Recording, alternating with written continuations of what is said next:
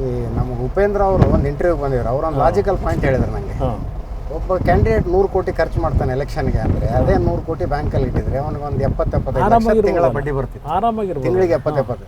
ಅದಕ್ಕಿಂತ ಜಾಸ್ತಿ ಇನ್ಕಮ್ ಇದೆ ಅಂದ್ರಷ್ಟೇ ಪೊಲಿಟಿಕ್ಸ್ಗೆ ಹಾಕ್ತಾನೆ ಅವನು, ಇಲ್ಲದೇ ಇದ್ರೆ ಯಾಕೆ ಹಾಕ್ತಾನೆ ಅವನು? ಹೌದು 100%. ಬಟ್ ಎಲ್ಲರೂ ಅದಕ್ಕಿಂತ ಜಾಸ್ತಿ ಇದೆ ಅಂತ ಹೇಳೋಕ್ಕಾಗಲ್ಲ. ಚುನಾವಣೆಗೆ ನಿಂತ ಮೇಲೆ ಗೆಲ್ಲಬೇಕು ಅನ್ನೋ ಹುಚ್ಚು, ಸ್ಟೇಟ್ ಗೆಲ್ಲಬೇಕು ಅಂತ ಹೇಳಿ ನಿಂತು ಬಿಟ್ಟಿರ್ತಾರೆ. ಅಯ್ಯೋ ಇನ್ನೊಂದು 2 ಕೋಟಿ ಚುನಾವಣೆಯಲ್ಲಿ ಸೋತಾಗ ಖರ್ಚು ಮಾಡಿದ್ರೆ ಗೆಲ್ತಿದ್ನಲ್ಲಪ್ಪ ಅಂತ ಅವತ್ತು ರಿಪೆಂಟ್ ಮಾಡ್ಕೊಳ್ಳೋದಕ್ಕೆ ಹೋದ್ರೋಯ್ತು ಅಂತ ಹೇಳಿ ಇವತ್ತು ಹಲವಾರು ರೀತಿಯಲ್ಲಿ ಖರ್ಚು ಮಾಡಿಬಿಡ್ತಾರೆ, ಸಾಲ ಸೋಲ ಮಾಡ್ಕೋದು. ನಿಮ್ಗೆ ಹೇಳಬೇಕು ಅನ್ನೋದಾದರೆ 100ಕ್ಕೆ 50-60% ಅವರೆಲ್ಲ ಸಾಲಗಾರರೇ ಆಗೋದು.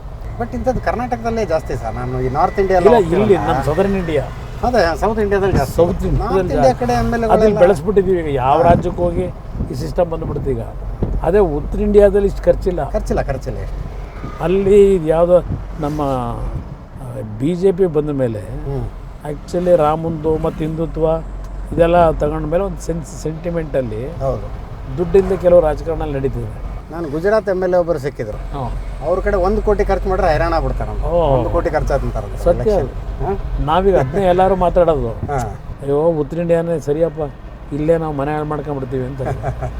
ಈಗ ನೀವು ಕಾಂಗ್ರೆಸ್ಸಿನ ಟಿಕೆಟ್ ಕೊಟ್ಟಿರೋದು ಸುಮ್ಮನೆ ಅಂದಾಜು ನೀವು ಲೆಕ್ಕ ಹಾಕೊಳ್ಳಿ.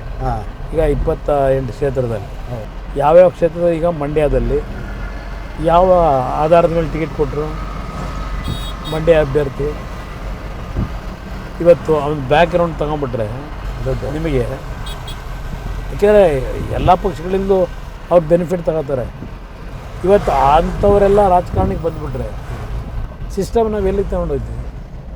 ನಾನು ಅದೇ ಕೇಳಿದೆ, 14 ಜನ ಫ್ಯಾಮಿಲಿಯವ್ರಿಗೆ ಕೊಟ್ಟುಬಿಟ್ಟಿದ್ದೀರಲ್ಲ ಟಿಕೆಟು. ಅವರು ಫ್ಯಾಮಿಲಿಲಿ ಕೊಟ್ಟಿರೋದು 6 ಜನ ಮಕ್ಕಳಿಗೆ, ದುಡ್ಡಿದವ್ರಿಗೆ ಕೊಟ್ಟಿರೋದೆ. ಅದೇ ಆ ಫ್ಯಾಮಿಲಿ ಬಡತನದಲ್ಲಿ ಗೆದ್ದವರಲ್ಲ MLAಗಳು ಆನೆಸ್ಟಾಗಿ, ಅವ್ರ ಮಕ್ಳಿಗೇನು ಕೊಡಲ್ಲ.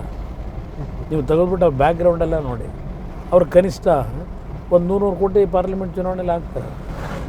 ಅಂಥವ್ರಿಗೆ ನೀವು ಕ್ಯಾಂಡಿಡೇಟ್ ಮಾಡಿರೋದು ಕಾಂಗ್ರೆಸ್ಸಲ್ಲಿ. ಈಗ ನೀವು ಚಿಕ್ಕಬಳ್ಳಾಪುರದ ಕ್ಯಾಂಡಿಡೇಟು, ಈಗ ಅವ್ರ ದುಡ್ಡಿಗೇನು ಎಷ್ಟು ಬೇಕಾದ್ರೂ ಖರ್ಚು ಮಾಡ್ಕೊತಾರೆ. 280 ಕೋಟಿಯನ್ನು ಡಿಕ್ಲೇರ್ ಮಾಡಿದ್ದೆ, ಎಷ್ಟು ಬೇಕಾದ್ರೂ ಖರ್ಚು ಮಾಡ್ತಾರೆ. ಈಗ ನಿಮಗೆ ದಾವಣಗೆರೆದೇ ಇರ್ಬೋದು, ಅವ್ರಿಗೇನು ದುಡ್ಡಿಗೇನು ಸಮಸ್ಯೆ ಇಲ್ಲ. ಇದು ಒಂದೊಂದೇ ಲೆಕ್ಕ ಹಾಕೊಂಡು ಹೋದರೆ, ಈಗ ಬೆಳಗಾವಿಯಲ್ಲಿ 2 ಕ್ಯಾಂಡಿಡೇಟ್ ಮಾಡೋರೆ ಕಾಂಗ್ರೆಸ್ಸಿಂದ, ಅವರಿಬ್ಬರಿಗೆ ದುಡ್ಡಿಗೆ ಲೆಕ್ಕವೇ ಇಲ್ಲ, ಸ್ಕೈ ಇಸ್ ದ ಲಿಮಿಟು.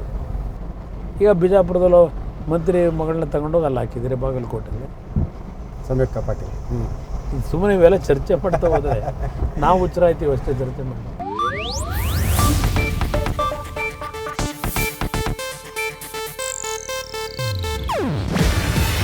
ಇದು ಏಷ್ಯಾನೆಟ್ ನ್ಯೂಸ್ ನೆಟ್ವರ್ಕ್ ಪ್ರಸ್ತುತಿ.